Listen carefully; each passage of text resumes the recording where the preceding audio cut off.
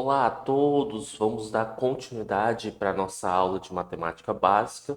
Ainda no contexto de noções introdutórias de lógica, vamos falar um pouco sobre condicional. O que é esse condicional? Bem, como o próprio nome diz, ele está estabelecendo uma condição. Geralmente ele é usado em situações como: se isso acontece, então aquilo acontece. Mas cuidado, a condição, o condicional que está aí, na verdade, só está fazendo uma conexão de proposições. Nós usamos esse símbolo para criar o conceito de implicação, mas são coisas levemente diferentes. Então, só para explicar melhor essa parte do condicional, eu vou fazer um paralelo com implicação. Vai ficar melhor agora aqui. Vamos montar a nossa tabela verdade. Então, aqui coloca VV, VF, FV e FF.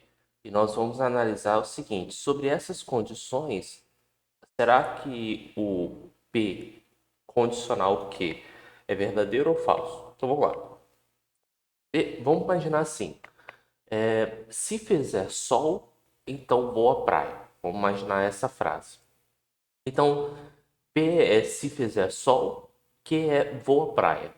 Então, se de fato fizer sol e se de fato eu fui à praia, então eu cumpri com a minha palavra. Se fizer sol, então vou à praia. Verdadeiro. Agora, se fizer sol, mas eu não fui à praia, então eu descumpri a minha promessa. Logo, isso é falso. E essa é a parte interessante.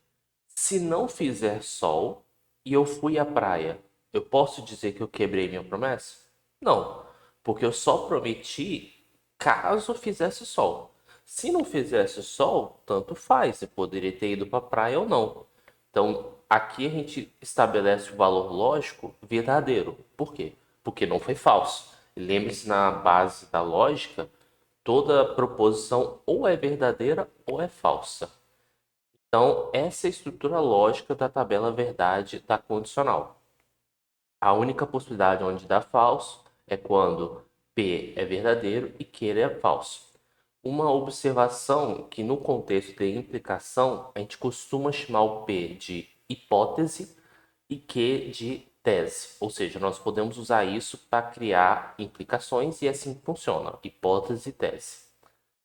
Então, é, caso esse símbolo aqui se torne verdadeiro, nós dizemos que P implica Q. Seguindo com a bicondicional, então aqui deixa eu só colocar aqui que isso aqui é uma bicondicional. Qual é a diferença da bicondicional para o condicional? É que vale tanto a ida quanto a volta. Então, na hora de montar a estrutura da tabela verdade, o que acontece? Então, a gente coloca aqui VV, VF, FV, FF. Então, a bicondicional é o quê? P, C e somente C, Q. Então, vou até escrever isso para facilitar aqui a conversa. A gente está fazendo a seguinte leitura: P, C e somente C, Q. É essa leitura que nós estamos fazendo. Então, para preencher aqui a tabela verdade, o que que acontece? Você tem que olhar tanto para um sentido quanto para o outro. Então, digamos assim, se fizer, caso faça sol, se voa à praia, se e somente se faz sol. Pronto. Então, repetindo mais uma vez, vou à praia se e somente se fizer sol. Então, se eu fui à praia e realmente teve sol, então essa afirmação é verdadeira. Se eu fui à praia, mas não fez sol, como eu usei o se e somente se, então aqui é falso. Por quê? Porque só vou à praia se fizer sol e se fizer sol, vou à praia. É isso que quer dizer a bicondicional. Essa é a diferença em relação ao condicional. Então aqui também é falso, porque nesse caso eu não fui à praia, mas fez sol. E aqui, se não fui à praia, então não fez sol. Quer dizer, aqui é não fui à praia, que não fez sol, logo é verdadeiro. Eu não menti, digamos assim. Então, essa é a diferença entre a bicondicional e a condicional. Então, quando essa proposição composta é verdadeira, a gente diz que P é equivalente a Q. Agora, vamos fazer alguns exercícios para treinarmos um pouco. Então, por exemplo, existe essa bateria de exercícios que eu tirei do livro, do nosso livro-texto. Vamos resolver esse primeiro exercício aqui para a gente meio que treinar mesmo. Então, deixa eu até aproveitar aqui essa tabela, vou copiar, vou colar aqui, vamos resolver esse exercício. Então, o exercício é para construir a tabela verdade dessa conjunção, por exemplo. P, E, Q, C e somente C, Q e P. Então, como é que funciona, né, a construção da tabela verdade? Eu vou apagar aqui a última coluna e só vou aproveitar as duas primeiras. O que nós devemos fazer? Devemos identificar quais são as proposições simples. Então, nesse caso, nesse exercício aqui que eu vou destacar aqui, as únicas proposições simples que aparecem é o P e Q. Então, você coloca aqui as proposições simples. Agora, você vai colocar meio que assim, da peça menor para a peça maior. Então, a próxima peça menor, vamos dizer assim, seria o P, Q, Q e P. Então, eu vou colocar aqui uma coluna para o P e Q. E agora eu vou adicionar mais uma coluna para colocar o Q e P. Então, deixa eu adicionar. Como eu vou ter que adicionar mais duas colunas, já vou aproveitar e fazer isso aqui logo. Então, adicionando aqui. Aproveitando, gostaria de pedir para vocês deixarem um like para apoiar o projeto. Acho que eu agradeceria bastante. Então, deixa eu só adicionar aqui. Pronto. Então, P e Q, agora Q e P. E por fim, a conjunção toda que seria P e Q, C e somente C, Q e P. Então vamos lá. Agora nós vamos para a nossa tabela verdade. Vou até mudar a cor aqui para poder facilitar. Se P é verdade, Q é verdade, P e Q então é verdade. Porque lembre-se, para isso aqui ser verdade, ambos devem ser verdadeiros. E Q e P também é verdade.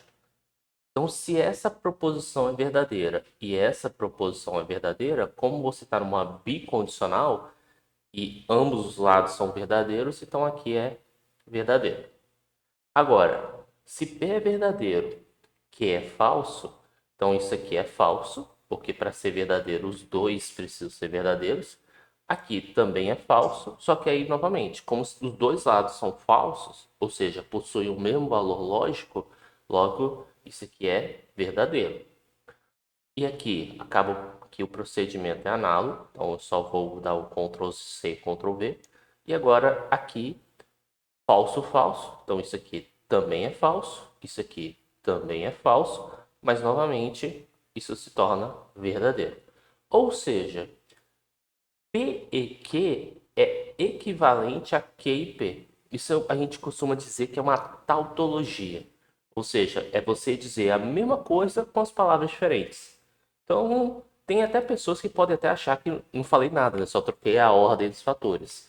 Mas é só para enfatizar isso, né? Que o valor lógico de P e Q é a mesma coisa que Q e P.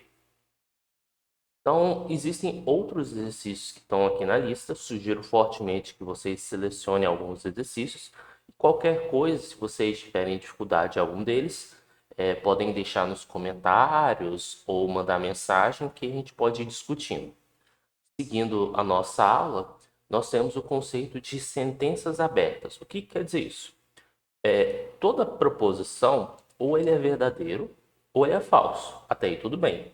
Só que existem afirmações aqui que eu posso deixar em aberto. O que eu quero dizer com isso? Olhe para a letra A. Mais 1 igual a 7. Essa sentença, essa proposição, é verdadeira ou falso? Na verdade, depende do valor de x. Se eu troco x por zero, essa proposição é falsa. Se eu troco o x por 5, essa proposição continua falsa, porque 5 mais 1 é 6, 6 não é igual a 7. Agora, se x for igual a 6, essa proposição é verdadeira. Então, dá para perceber o quê? Que existem valores de x aonde a proposição é falsa e existem valores de x na qual a proposição é verdadeira. A mesma ideia se aplica para a letra B. Se você troca o x por 0, 0 é maior do que 2? Não, 0 não é maior do que 2, então é falso. X igual a 2. É correto afirmar que 2 é maior do que 2? Não, porque 2 é igual a 2. Continua falso. Mas se eu troco o x por 5, 5 é maior do que 2, a proposição é verdadeira. Agora, existem sentenças abertas? O que eu quero dizer com sentenças abertas? É justamente deixar esse x e y, no caso, livre, mas existem sentenças abertas que podem ser sempre verdadeiras, como essa aqui. Se vocês observarem, isso aqui é um produto notável. Só para a gente revisar um pouco da matemática básica, o que é x? Porque muitas pessoas podem pensar assim, x mais y ao quadrado é x ao quadrado mais y ao quadrado. Mas isso é falso. Isso não é verdadeiro. O que a gente tem? X mais y ao quadrado, uma quantidade elevada ao quadrado é o quê? É ela vezes ela mesma. Então é muito importante lembrar disso. E aí a gente faz aquela distributiva, aquele famoso chuveirinho. X vezes x dá x ao quadrado, mais x vezes y dá xy, mais y vezes x, que dá yx, mais y vezes y, y vezes y ao quadrado. X vezes y é a mesma coisa que y vezes x, uma quantidade mais ela mesma vai dar duas vezes ela. Então vai ficar x ao quadrado mais 2xy mais y ao quadrado. Então essa quantidade que está do lado esquerdo é igual a essa quantidade que está do lado direito, e isso ocorre independente do valor de x e y. Então, mesmo essas sentenças a priori sendo abertas, ou seja, você tendo liberdade para escolher os valores de x e y, essa sentença é sempre verdadeira. Então, no contexto de sentenças abertas, existem duas palavrinhas que nós precisamos conhecer. E, matematicamente, a gente usa esses dois símbolos. Esse primeiro símbolo do A de cabeça para baixo, a leitura que nós fazemos é o para todo. E esse símbolo aqui, muitas pessoas podem pensar que é o símbolo do é permitido estacionar de ré. Mas na verdade, esse símbolo significa existe. Então é muito importante entender a diferença do existe para o para todo. Qual é a diferença? Vamos voltar para os nossos exemplos anteriores. Na letra A e na letra B, alguns valores de x eram verdadeiros e outros eram falsos. Então, nesse caso, o que eu posso dizer é que existe um valor de x, por exemplo, que x mais 1 é igual a 7. Nesse caso, esse valor, inclusive, é único. Então, para a letra A, eu posso usar o símbolo existe um valor de x. Então, eu posso colocar assim, existe um x, tal que... Vou colocar dessa maneira, letra A é verdadeiro. E se você quiser dar uma ênfase, por exemplo, no seguinte sentido, que existe um único valor que atende essa condição, ou seja, existe um único valor de x, tal que x mais 1 é igual a 7, você ainda pode colocar uma exclamação que significa existe e é único. Mas nós só vamos nos deter em existe. No segundo exercício, né, segundo exemplo, existe também o valor de x, tal modo que b é verdadeiro. Só que aqui, nesse caso, existem vários valores de x. Na verdade, infinitos valores de x. Pode pegar 3, 4, 5, 6, π, também é maior do que 2. São infinitos valores. Você não poderia colocar aquela exclamação, porque existem infinitos valores. Na verdade, existem mais de uma solução, de tal modo que essa sentença continua verdadeira. Agora, aqui, como é verdade para todo xy, então a gente coloca assim. Isso é verdade para colocar assim. Se é verdade para todo x e y, número real. Então, esse símbolo para todo é justamente para dizer o quê? Que você está livre para escolher qualquer valor de x, y, que essa sentença sempre será verdadeira. Então, essa é a diferença entre existe e para todo. Então, seguindo em frente, nós podemos usar isso para estudar um pouco esse exercício. Então, nós temos aqui sentenças abertas e nós vamos dizer assim, usar esses quantificadores existe e para todo para verificar, por exemplo, quando que essas proposições são verdadeiras. Então, pegando a letra A como o primeiro exemplo, na letra A, a gente faz a seguinte pergunta.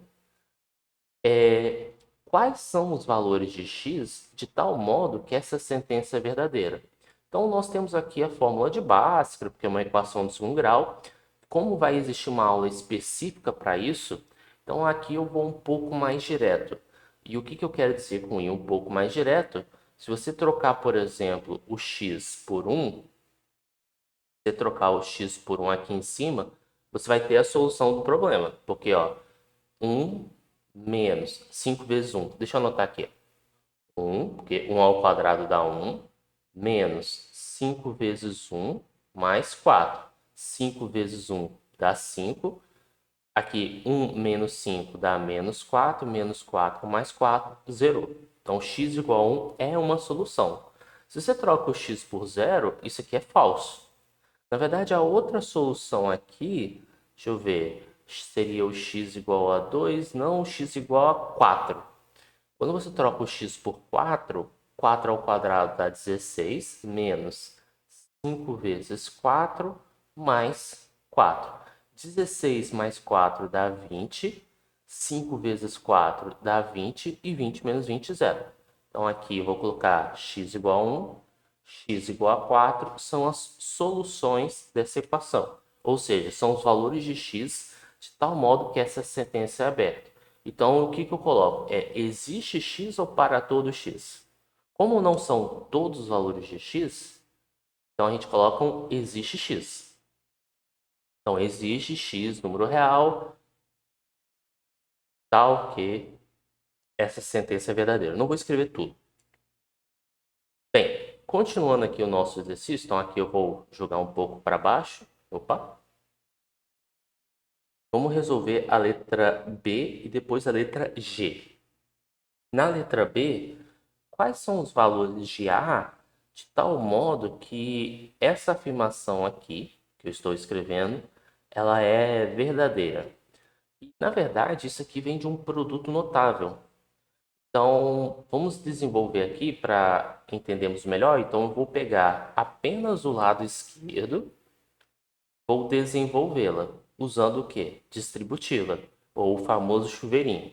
A vezes A vai dar A ao quadrado, A vezes menos 1 vai dar menos A, 1 vezes A vai dar mais A, 1 vezes menos 1 dá menos 1. Esse menos A com mais A corta, e aí o resultado final fica A ao quadrado menos 1. Então, essa sentença ela é verdadeira para todo A pertencente aos reais. Por último, essa informação eu gostaria de discutir com vocês com mais calma é a letra G. Porque o que acontece? Muitas pessoas pensam que raiz quadrada de x ao quadrado, você corta aqui, o resultado é x. Correto? Não. Na verdade, isso é correto para alguns valores de x. Eu até tenho um vídeo específico no canal chamado 4 igual a 5. Se eu lembrar, vou colocar nos cards para poder relembrar. Mas, na verdade, por que a gente não pode fazer essa afirmação? Porque a gente não sabe se x é negativo ou não. Então, vou dar um exemplo numérico aqui. Se você coloca, por exemplo, troca o x por menos 1. Então, menos 1 ao quadrado aqui. Se você eleva o menos 1 ao quadrado, menos 1 ao quadrado dá 1, e raiz quadrada de 1 é 1. Não é mais ou menos 1, é 1. Novamente, para entender melhor isso, sugiro que assista esse vídeo 4 igual a 5. Agora, se você diz que isso aqui, troca o x por menos 1. é igual a menos um, você vai ver que isso aqui é uma afirmação falsa. Então, na verdade, como é que a gente faz para consertar isso? A gente coloca o módulo. Então, na verdade, a gente tem que colocar o módulo de x. Agora, quanto que é o módulo de x? Depende. O módulo de x, ele pode ser igual a ele mesmo, se x é maior ou igual a zero, ou menos ele, se x é negativo. Professor, mas módulo não é sempre um número positivo? Exato. Pensa, por exemplo, no próprio x igual a menos um. O que é o módulo de menos um? Deixa eu anotar aqui do lado. O que é o módulo de menos um? Como menos um é um número negativo, então o módulo de menos um é menos ele. E aí, menos com menos dá mais, módulo de menos um é um. Então, não é porque tem um sinal de menos na frente que o número é negativo.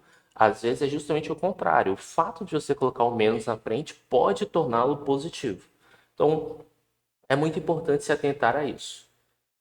Agora, dando continuidade para o nosso estudo, como é que nós podemos negar algumas proposições? Então, por exemplo, vamos tentar colocar umas coisas palpáveis. O que é negar P e Q? Então, vamos imaginar assim. Ah, eu sou inteligente e alto. Então, imagina que P é inteligente, Q seja alto. O que é negar eu ser inteligente e alto? Bem, não sou inteligente ou não sou alto. Por que ou? Porque basta uma das afirmações serem falsas. Então, assim, quando eu digo que eu sou inteligente e alto, eu posso até ser inteligente. Mas se eu não for alto, eu já nego toda a proposição. Então, para negar um P e Q, você faz não P ou não Q.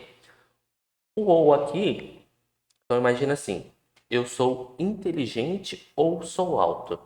Para eu negar isso, eu não posso ser inteligente e não posso ser alto.